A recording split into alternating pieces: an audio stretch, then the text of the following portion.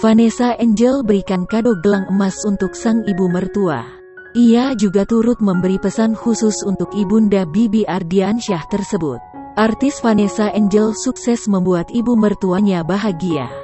Ia baru saja memberikan hadiah ulang tahun mewah untuk Ibunda Bibi Ardiansyah tersebut.